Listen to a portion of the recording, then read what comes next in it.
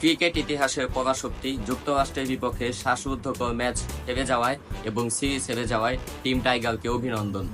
প্রত্যেক ম্যাচ হেরে যাওয়ার পর আমাদের মুখস্থ ডায়লগ, আমরা এখন শিখতেছি পরের ম্যাচে ভালো খেলবো।